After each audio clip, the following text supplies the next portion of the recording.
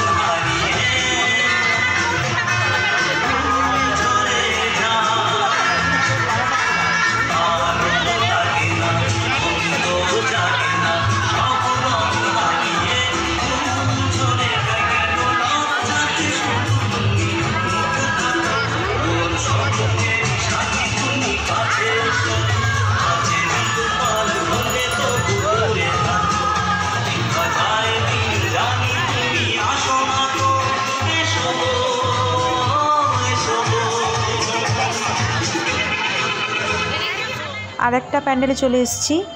আমার বাড়ির দুই মস্তান লাফাতে লাফাতে চলে আছে, কে আগে মণ্ডপে ঢুকতে পারে। দেখো বন্ধুরা, আর একটা মণ্ডপে চলে এসেছি।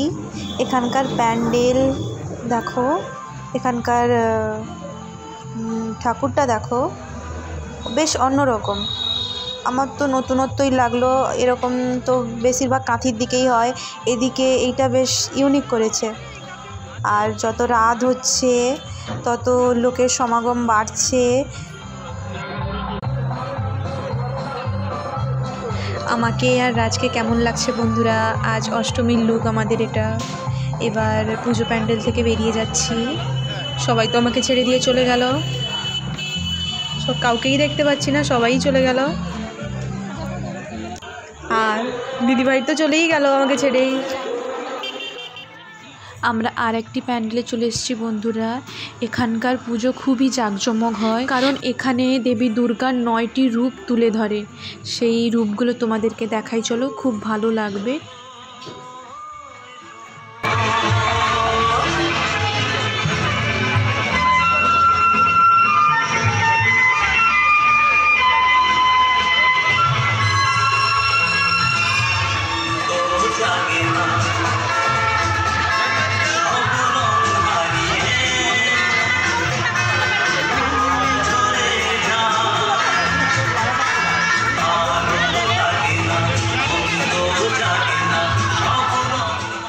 প্যান্ডেলে ঢুকতে না ঢুকতেই সবাই নিজেদেরকে নিয়ে ব্যস্ত, কেউ ছবি তুলছে, কেউ ভিডিও করছে। তেমনই দিদিভাই, রুবিদি, রাজ সবাই নিজেকে নিয়ে ব্যস্ত হয়ে গেছে, কে কীভাবে পোজ দিয়ে ছবি তুলবে।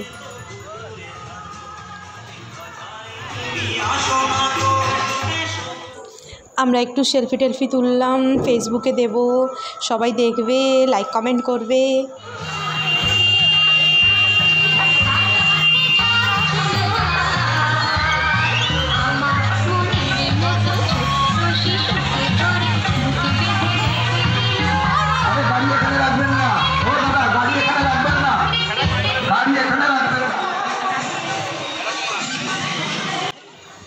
দেখো বন্ধুরা, আর একটা মণ্ডপে চলে এসেছি। এখানেও নবদুর্গা হয়।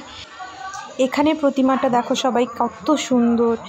মা দুর্গাকে এত অপরূপ লাগছে, বলে বোঝাতে পারবো না। তার 9টি রূপ খুব সুন্দর। এখানে মেলাও বসেছে, কত রকমের মিষ্টি, সিঙ্গাড়া, ঝুড়ি ভাজা, পাঁপড়, কত কিছু বিক্রি হচ্ছে। আমরা মেলার ভেতরে ঢুকছি। দেখো বন্ধুরা, অনেক অনেক দোকান বসছে।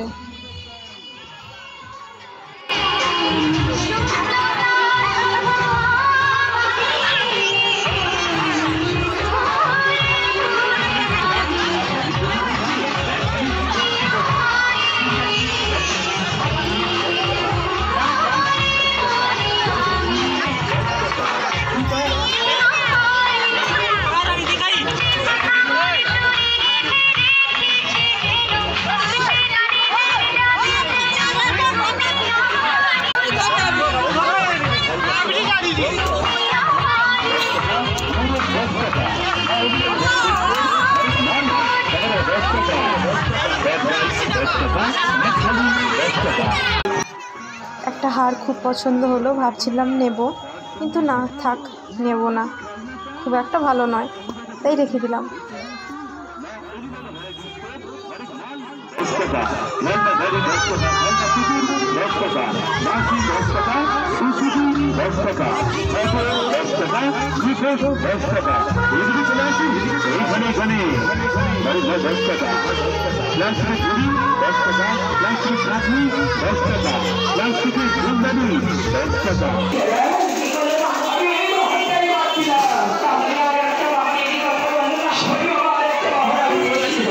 বুদ্ধি বলি হারি, শীতলা বলে